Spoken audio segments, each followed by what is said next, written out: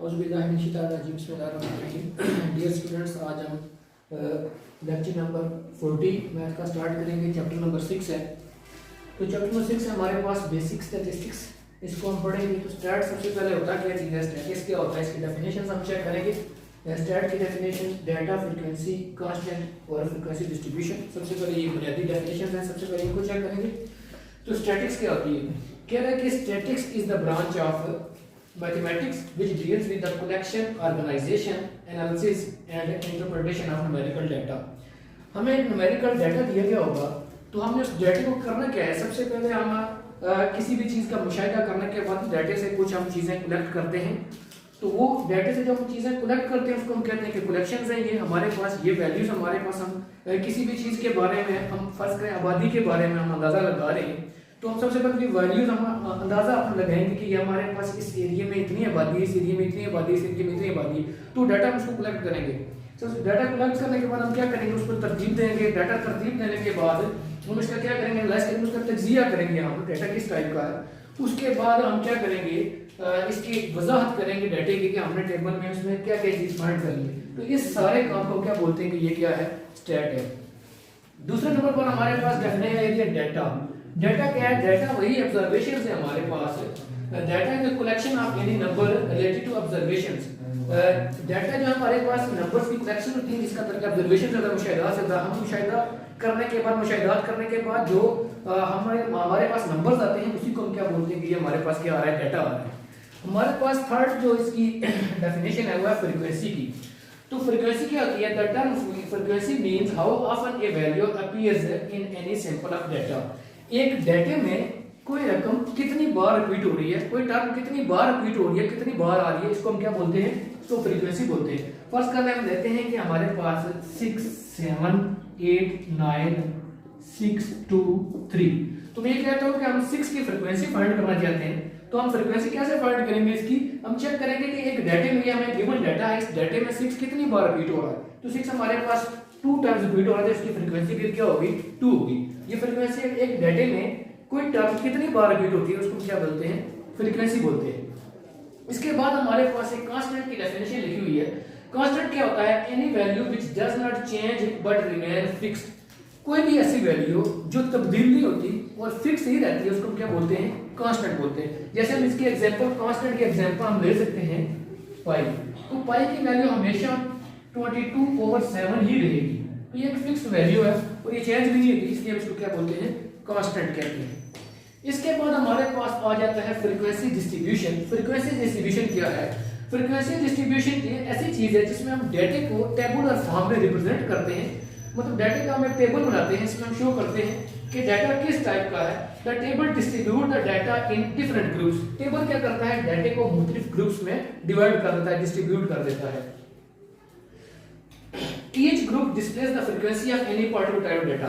इसमें जो टेबल डाटे को ग्रुप में डिवाइड करता है, तकसीम करता है, उसमें हर ग्रुप जो है वो फ्रीक्वेंसी की पार्टिकुलर खास टाइप बताएगी, ये किस टाइप की इसमें फ्रीक्वेंसी आ रही है। It is a method to summarize the data.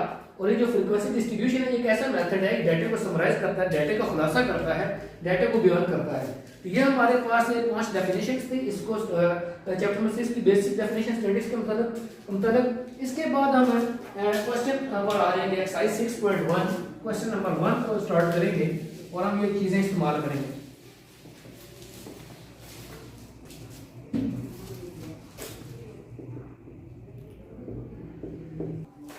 ठीक है, 5 कितना लिखो, लिखना कितने, हां पहले कितने ना पहले सिंपल में से कितना। अच्छा ठीक है, ओके।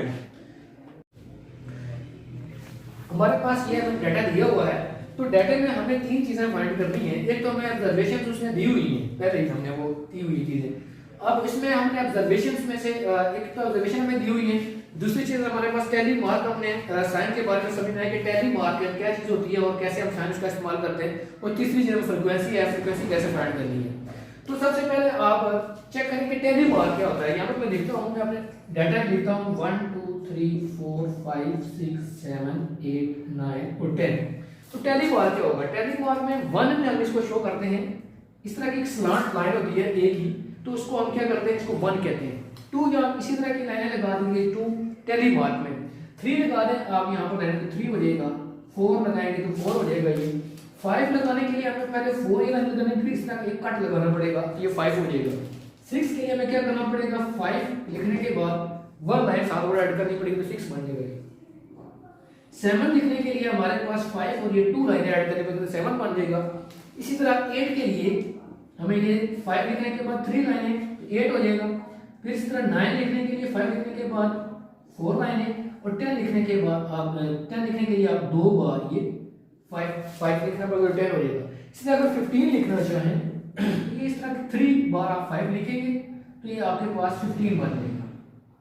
ठीक है, तो ये टैली मार्क इस तरह हम लिखते हैं, इसको इस तरह शो करते हैं। अब हम आ जाते हैं कि डेटे में हमने इसको अरेंज करना है, किस तरह अरेंज करना है।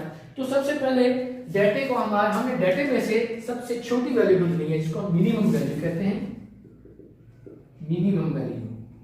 तो यहाँ पर मिनिमम वैल्यू इस डेटे में से क्या है, 0 है। मिनिमम सबसे छोटी वैल्यू इस पूरे डेटे में 0 है। अब इसके बाद हमने मैक्सिमम वैल्यूज की ढूंढनी है। मैक्सिमम वैल्यू क्या है, सबसे बड़ी वैल्यू डेटे में। तो मैक्सिमम वैल्यू सबसे बड़ी देखते जाएं तो हमें इस पूरे डेटे में से सबसे बड़ी वैल्यू हमें 10 नजर आ रही है, तो यहाँ पर ये 10 आ रही है। अब मिनिमम वैल्यू अगर 0 1 से बार ज्यादा बार भी रिपीट हुआ तो इससे कोई फर्क नहीं पड़ता, हमें एक बार हुआ मिनिमम वैल्यू सबसे छोटी 0 5 बार भी रिपीट हो तो 0 ही रहता है, सबसे छोटी 0 ही रहेगी। 10 यहाँ पर 5 बार रिपीट हुआ, लेकिन हमें सिर्फ एक बार में पता चल के मैक्सिमम वैल्यू हमारे पास क्या है, सबसे बड़ी वैल्यू क्या है, 10 है। अब इसका मैं टेबल बनाऊंगा, तो यहाँ पर जो ऑब्जर्वेशन मुझे दी इसको हम नेट कर लेते हैं कि ऑब्जर्वेशंस किसके बराबर है, ये x के बराबर है, और मिनिमम वैल्यू मेरे पास 0 है, तो मैं 0 से स्टार्ट करूंगा। 0 1 2 3 4 5 6 7 8 9 10। इसके बाद मेरे पास आ जाएगा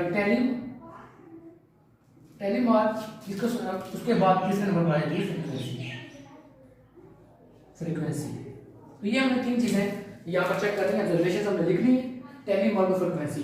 अब फ्रीक्वेंसी में स्टूडेंट्स ने आपको बताया था कि फ्रीक्वेंसी क्या होती है, एक डेटे में जो वैल्यू जितनी बार रिपीट हो रही है उसको वैल्यू को क्या कहेंगे, हम इसकी डेटे की क्या है, ये फ्रीक्वेंसी है। मतलब ये कि 0 हम इसको 0 कर लेते हैं, देखते हैं 0 कितनी बार वैल्यू डेटे में रिपीट हुआ है, तो ये 0 की फ्रीक्वेंसी हम लिख लेंगे। तो यहाँ पर हमारे पास 0 कितनी बार आ रहा है, पूरे डेटे में 0 एक बार आ रहा है, तो इसकी फ्रीक्वेंसी फिर क्या होगी, 1 होगी। और यहाँ पर टैली मार्क को 1 इतना शो करेंगे, ये इसकी फ्रीक्वेंसी आ गई है, 0 की आ गई। अब 1 को चेक करेंगे कि 1 की फ्रीक्वेंसी क्या, 1 कितनी बार आ रहा है। तो इस पूरे डेटे में चेक करो 1 कितनी बार आ रहा है, तो यहाँ पर ये 1 1 2 3 और ये 1, ये 4 टाइम्स आ रहा है 1, तो इसकी फ्रीक्वेंसी 4 होगी। और टैली मार्क इसको हम इस तरह 4 शो करेंगे। इसके बाद हम इसका 2 चेक करेंगे कितनी टाइम आ रहा है, 3 चेक करेंगे,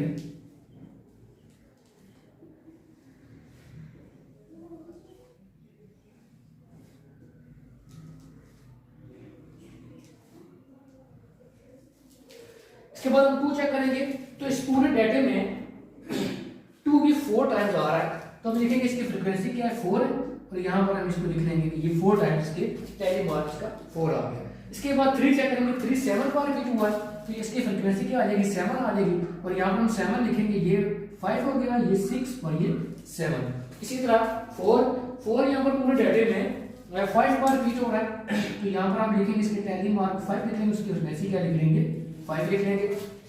5 भी 4 बार रिपीट हो रहा है, तो 5 का हम यहाँ पर इसके टैली मार्क में 4 लिखेंगे और यहाँ पर फ्रीक्वेंसी में 4 लिख देंगे। इसके बाद 6 पर आ जाएंगे, 6 5 टाइम्स रिपीट हो रहा है, तो हम लिखेंगे इसको टैली मार्क में इसको 5 लिखेंगे और यहाँ पर फ्रीक्वेंसी में भी 5 लिख लेंगे। इसके बाद 7 3 टाइम्स रिपीट हो रहा है, इस पूरे डाटे में 7 3 टाइम्स आ रहा है, 3 बार आ रहा है, तो यहाँ पर हम लिखेंगे टैली मार्क में 3 और फ्रीक्वेंसी इसकी भी 3 आ जाएगी। 8 पूरे डाटे में 5 टाइम्स आ रहा है, तो इस पूरे डाटे में 8 5 टाइम्स आ रहा है, तो यहाँ पर हम क्या लिखेंगे, टैली मार्क में 5 लिखेंगे और इसकी फ्रीक्वेंसी भी 5 आ जाएगी। इसके बाद 9 पूरे डाटे में 4 टाइम्स आ रहा है, तो हम लिखेंगे इसको टैली में 4 लिखेंगे और यहाँ पर इसकी फ्रीक्वेंसी 4 आ जाएगी। इसके बाद 10 पूरे डाटे में हमारे पास ये भी 4 टाइम्स आ रहा है, तो हम इसकी टैली मार्क में 4 लिखेंगे, यहाँ पर भी 4। तो ये हमारे पास था मेथड, इसमें क्वेश्चन नंबर 1 हमने 3 चीजें फाइंड करनी थी। एक तो हमने मैक्सिमम मिनिमम वैल्यू इसलिए लिखी है कि हम डाटे को कहाँ से कहाँ तक लिखेंगे, ऑब्जर्वेशंस को।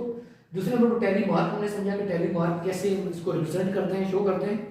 तीसरे नंबर पर फ्रीक्वेंसी की फ्रीक्वेंसी क्या चीज़ है कि एक डाटे में 0 कितनी बार आ रहा है, 1 कितनी बार आ रहा है इस डाटे में, 4 टाइम आ रहा है, ये फ्रीक्वेंसी है। 2 कितने टाइम्स आ रहा है, 4 टाइम्स आ रहा है, ये इसकी फ्रीक्वेंसी है 2 की। 3 कितने टाइम्स आ रहा है, 7 टाइम्स 3 रिपीट हो रहा है, तो ये इसकी 3 की फ्रीक्वेंसी है। तो हमने ये क्वेश्चन नंबर 1। अब स्टूडेंट्स नेक्स्ट इसमें इसी क्वेश्चन के रिलेटेड एक एग्जांपल है हमारे पास, एग्जांपल नंबर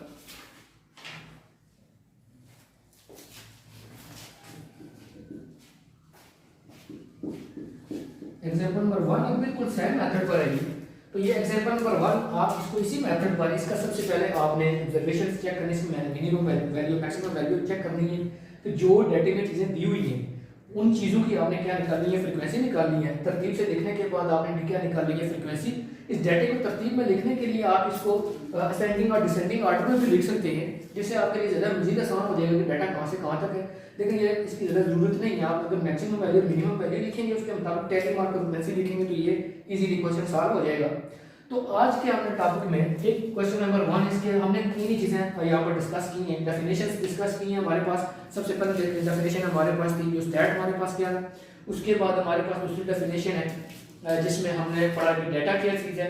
तीसरी डेफिनेशन में हमने पढ़ा कि फ्रीक्वेंसी क्या चीज़ है। चौथी डेफिनेशन में कांस्टेंट क्या चीज़ होती है। और पांचवी फ्रीक्वेंसी डिस्ट्रीब्यूशन। ये सारा जो हमने काम किया ये फ्रीक्वेंसी डिस्ट्रीब्यूशन में आता है कि एक डाटे को किस तरह हमने टेबल में तरतीब देना होता है। तो ये आपका आज का लेक्चर का काम है, जिसमें आपने क्वेश्चन नंबर 1 सॉल्व करना है, इसकी डेफिनेशंस को तैयार करना है और एग्जांपल नंबर 1 इसके रिलेटेड सॉल्व करनी है। नेक्स्ट हम लेक्चर में मिलेंगे, तब तक के लिए अल्लाह हाफिज़।